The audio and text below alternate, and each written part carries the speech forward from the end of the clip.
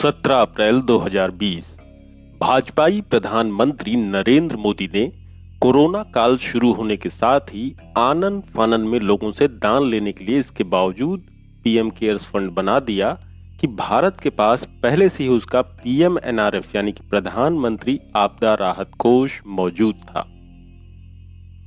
लंबी इन्वेस्टिगेशन के बाद हमें कुछ अंदाजा मिलने लगा है कि आपदा राहत कोष होने के बावजूद नरेंद्र मोदी ने पीएम केयर्स फंड क्यों बनाया।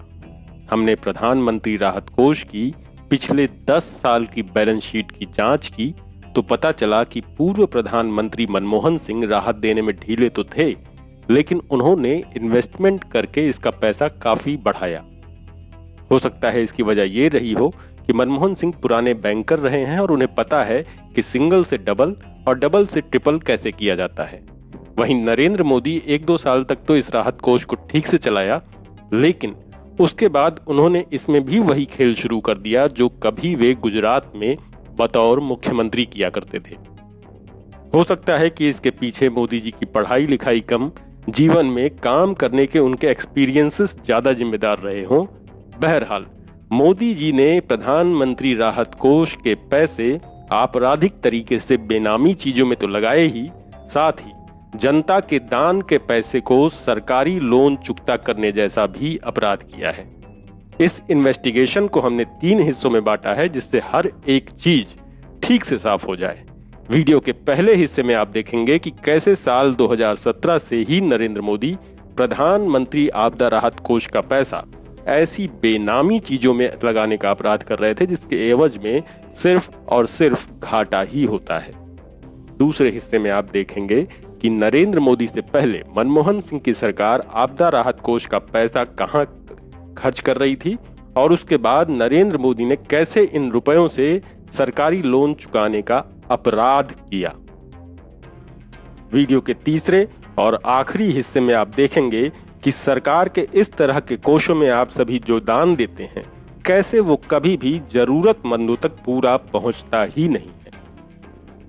प्रधानमंत्री राहत कोष की साल 2009 से लेकर के साल 2019 तक की बैलेंस शीट इसकी वेबसाइट में पड़ी हुई है।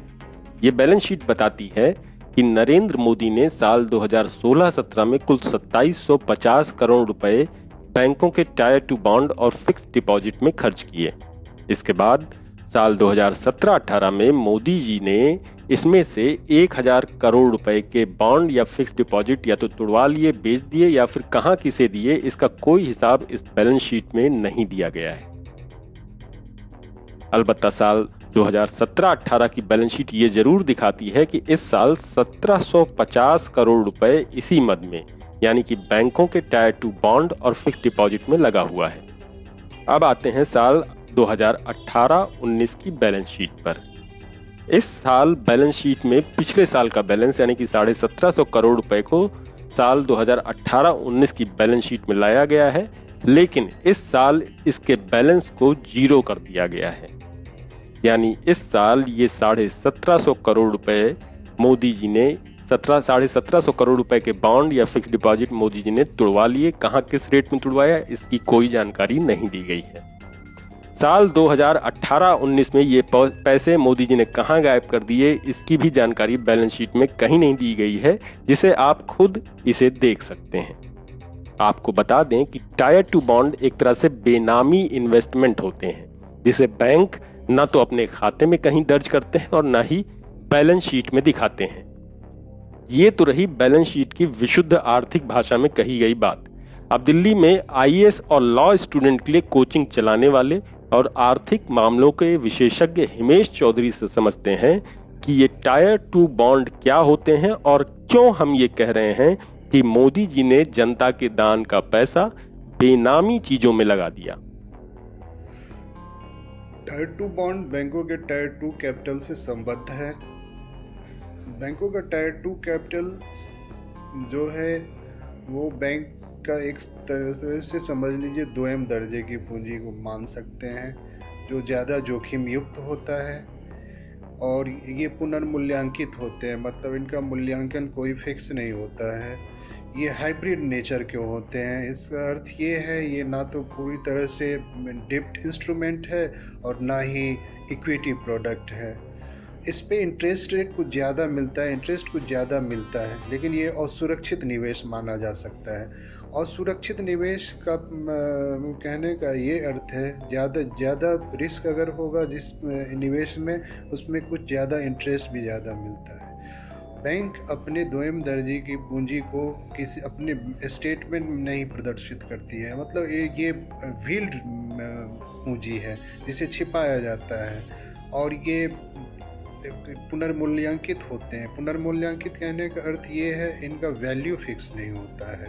तो हाइब्रिड नेचर में ये परपेचुअल नेचर के भी हो सकते हैं, मतलब अनंत काल के लिए भी ये बैंक बॉन्ड इशू करता है, इसका उपयोग कर सकते हैं एक कूपन रेट देने के, कूपन रेट के खर्चे पे। मतलब कूपन रेट कहने का मतलब इंटरेस्ट रेट जो होता है, इंटरेस्ट रेट थोड़ा बाजार से कुछ ज़्यादा होता है इस तरह के, क्योंकि इसमें खर्चा, इसमें रिस्क ज़्यादा होता है, जोखिम ज़्यादा होता है इसलिए। और मैं समझता हूँ राहत कोष के पैसे का ये जोखिम युक्त निवेश में डालना कहीं से बुद्धिमानी है, जैसा कि वर्ष 2016-17 में 2750 करोड़ रुपए और वर्ष 2017-18 में 1750 करोड़ रुपए का एफडी और टायर 2 बॉन्ड में उपयोग किया गया है। एफडी तक तो ठीक है, लेकिन टायर 2 बॉन्ड एक जोखिम युक्त निवेश माना जा सकता है। यानी कि मोदी जी ने ये पैसा जो कि जनता ने प्रधानमंत्री राहत कोष में दान दिया था, कुल बेनामी चीजों में लगा दिया। क्योंकि प्रधानमंत्री राहत कोष को पीएमओ आरटीआई के दायरे के बाहर की चीज बताता है, इसलिए जानने का कोई तरीका नहीं है कि ये पैसा जो कि मुसीबत के मारे लोगों को देना था, उसे मोदी जी ने किसे दे दिया। इसके अलावा ये भी जानने का कोई तरीका नहीं है कि इस पैसे में से कितना वापस मिला और कितना डूब गया। आरटीआई कार्यकर्ता असीम तकियार प्रधानमंत्री राहत कोष को मिले दान का हिसाब जानने की कानूनी लड़ाई लड़ रहे हैं। हफिंगटन पोस्ट की एक खबर में उन्होंने बताया है कि जब उन्होंने इसका हिसाब जानने की कोशिश की तो पीएमओ ने उन्हें कहा कि उन्हें यह सूचना नहीं दी जा सकती क्योंकि ये पब्लिक इंटरेस्ट में नहीं है, और इसकी वजह से दान देने वालों की और इस दान से जिन्हें फायदा पहुंचा उनके जीवन पर अनुचित आक्रमण हो सकते हैं। इसके बाद असीम तकियार ने अदालत का रुख किया। मई 2018 में उनकी याचिका पर दिल्ली हाई कोर्ट की 2 जजों की बेंच ने खंडित या कि जिसे कहें कि बटा हुआ फैसला दिया। इस बेंच के एक जज जस्टिस ए रवीन भट्ट ने महसूस किया कि प्रधानमंत्री राहत कोष एक पब्लिक अथॉरिटी है जो कि सूचना के अधिकार अधिनियम के तहत आती है, और इस अधिनियम के तहत इसे असीम तकियार को पूरी सूचना देनी चाहिए। जबकि बेंच के दूसरे जज जस्टिस सुनील गौर का कुछ और मानना था। जस्टिस सुनील गौर ने कहा कि प्रधानमंत्री राहत कोष पब्लिक अथॉरिटी नहीं है और ये आरटीआई के दायरे में नहीं आती, इसलिए असीम को इसके बारे में सूचनाएं नहीं दी जा सकती। दोनों ही जजों ने तब के दिल्ली हाई कोर्ट के चीफ जस्टिस को मामले को तीसरे जज को रेफर करने को कहा। अब इस मामले की सुनवाई इसी साल 15 जुलाई 2020 में होनी है। मतलब कोर्ट कचहरी को जो करना होगा वो करेंगे ही, लेकिन मोदी जी को जो हेरफेर करना था वो इस राहत कोष में पहले ही कर चुके हैं। अब आते हैं इस इन्वेस्टिगेशन के दूसरे हिस्से पर। प्रधानमंत्री राहत कोष की वेबसाइट पर साल 2009 से लेकर साल 2019 तक की बैलेंस शीट और ऑडिटिंग उपलब्ध है, जिसे कोई भी चेक कर सकता है। यानी कोई चाहे तो वहां जाकर देख सकता है कि मनमोहन सिंह ने दान के पैसों को कहां खर्च किया और नरेंद्र मोदी ने दान के पैसों को कहां खर्च किया। जनता के दान के पैसे की ऑडिटिंग कैग को करनी चाहिए थी, लेकिन ऐसा नहीं हुआ है। अलबत्ता प्रधानमंत्री राहत कोष के हिसाब किताब का जिम्मा SARC and associates chartered accountants को दिया गया है, जिसका ऑफिस उत्तर प्रदेश के नोएडा के सेक्टर 78 में है। ये जिम्मा इस फर्म को किस सन में दिया गया और इसके लिए इस फर्म को कितना भुगतान किया जाता है, इसकी भी जानकारी प्रधानमंत्री राहत कोष की वेबसाइट पर नहीं है। इसलिए हम ये दावा नहीं कर सकते हैं कि प्रधानमंत्री राहत कोष की वेबसाइट पर जनता के दान के पैसे का जितना भी हिसाब किताब दिया गया है, सारा का सारा इसी फर्म ने बनाया है। सन 2009-10 में मनमोहन सिंह की सरकार ने तकरीबन 1200 करोड़ रुपए के आसपास की रकम सुनामी राहत में खर्च की, लोगों को अस्पताल और दवाइयों का खर्च उठाने के लिए दी, बरसात और बाढ़ से राहत के लिए दी, सांप्रदायिक दंगों में बर्बाद लोगों के पुनर्वास के लिए दी, अप्राकृतिक कारणों से मरे लोगों के परिजनों को दी और उड़ीसा में आए तूफान से बर्बाद हुए लोगों को मदद करने के लिए दी। इस साल सरकार को हम लोगों ने यानी कि जनता ने कुल तकरीबन 37.5 करोड़ रुपए दान में दिए थे और 1650 करोड़ रुपए इसके पास पिछला बैलेंस था। बाकी के काफी पैसे फिक्स डिपॉजिट से आए हुए ब्याज से मिले। साल 2010-11 में लेह में बादल फटने पर सहायता दी गई, लोगों को अस्पताल का खर्च दिया गया, बाढ़ से राहत दी गई, सांप्रदायिक दंगों में बर्बाद हुए लोगों का पुनर्वास किया गया, बंगाल उड़ीसा में आए तूफान और सुनामी से राहत दी गई, सुनामी में हुए नुकसान से राहत दी गई, मल्टीमीडिया रिसर्च सेंटर बनाया गया और जम्मू कश्मीर में कंप्यूटर लैब और लाइब्रेरी बनाई गई। इसमें भी तकरीबन 1850 करोड़ रुपए खर्च किए गए। इस साल जनता ने तकरीबन 28.5 करोड़ रुपए दान में दिए, बाकी के पैसे मनमोहन सिंह ने इस इन्वेस्टमेंट से निकाले। साल 2011-12 में भी इन्हीं चीजों में ये सारी रकमें खर्ची गईं, लेकिन इस साल इसमें बाल बंधु योजना को जोड़ा गया। इस साल 13.25 करोड़ रुपए आपदा राहत में दिए गए और जनता का दान 22 करोड़ रुपए के आसपास रहा। यहाँ भी बाकी का डिफरेंस इन्वेस्टमेंट से मिले ब्याज और दूसरी चीजों से पूरा किया गया। साल 2012-13 में भी इन्हीं सब मदों में राहत के लिए पैसे दिए गए और इस साल सिक्किम में भूकंप, महाराष्ट्र में रेप के बाद मारी गई 3 बहनें और केरल में आए तूफान में दी गई राहत और जुड़ी। इस साल कुल 1850 करोड़ रुपए आपदा राहत में खर्च किए गए और जनता की ओर से तकरीबन 17.5 करोड़ रुपए दान में मिले। साल 2013-14 में भी राहत देने के मद यही सब रहे और इस साल राहत कार्यों में लगभग 29.5 करोड़ रुपए खर्च किए गए। हालांकि इस साल आश्चर्यजनक तरीके से जनता ने अपना दान बढ़ा दिया और इस साल दान में भारत सरकार को तकरीबन 376 करोड़ रुपए मिले। जनता से मिले दान और राहत के लिए दिए गए पैसों का जो बड़ा डिफरेंस है, ये भी मनमोहन सिंह ने इन्वेस्टमेंट से मिले पैसों से पूरा किया। साल 2014-15 में राहत के मद यही सब रहे और इस साल इसमें जम्मू कश्मीर में आई बाढ़ के अलावा सांप्रदायिक और एथनिक हिंसा यानी कि क्षेत्रवादी हिंसा से प्रताड़ित लोगों को मदद दी गई।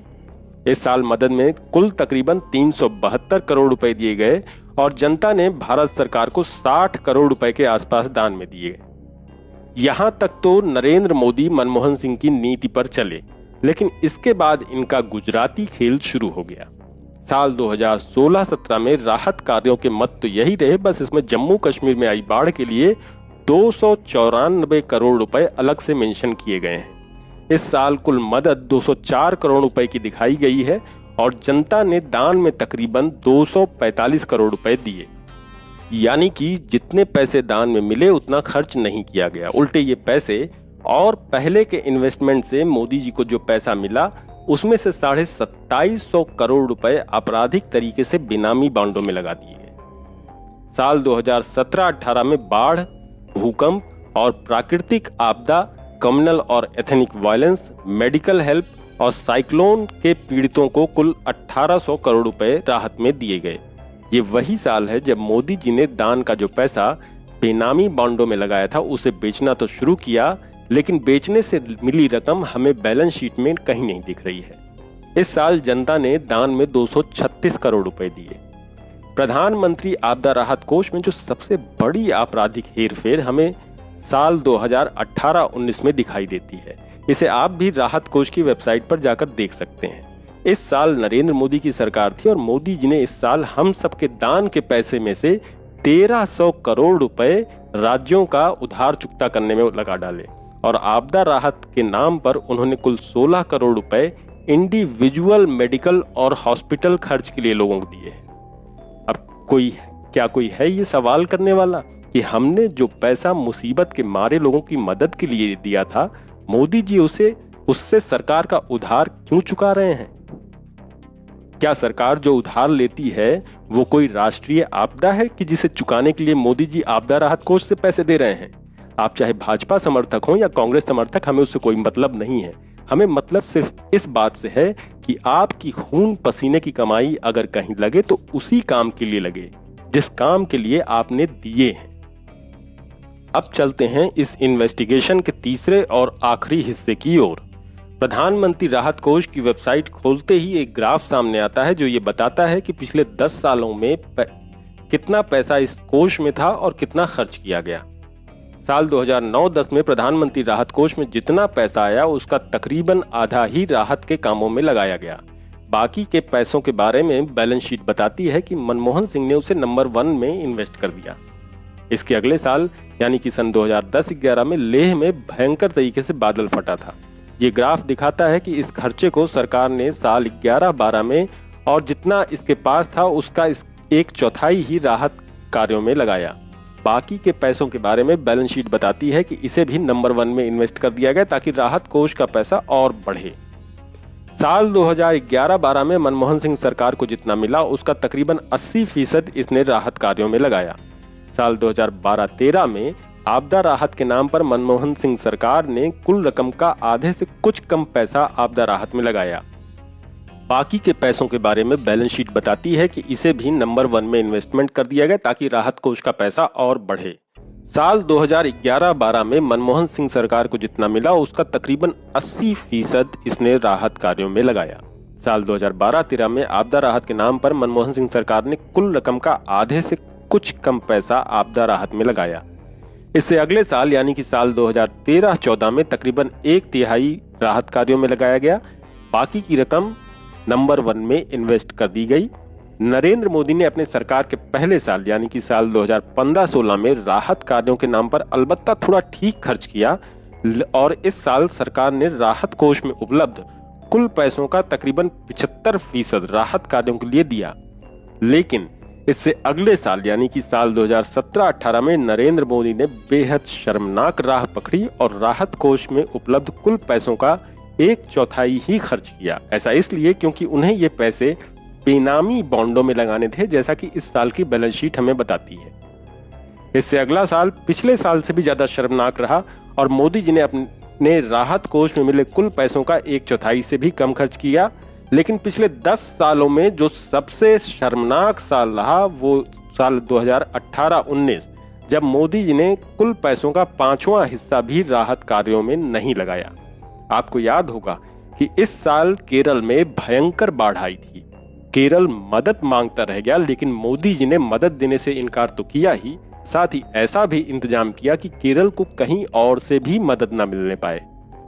इन हालात में कोई ये अच्छे से समझ सकता है कि नरेंद्र मोदी ने पीएम केयर्स फंड इसलिए खोला क्योंकि प्रधानमंत्री राहत कोष के साथ उन्होंने जिस तरह की आपराधिक हरकत की है वो छुपी नहीं रहने वाली है। बड़ी हद होगा इतना कि इस हरकत के लिए कोई आवाज नहीं उठाएगा और अगर उठाएगा भी तो बड़ी हद सुप्रीम कोर्ट जाएगा।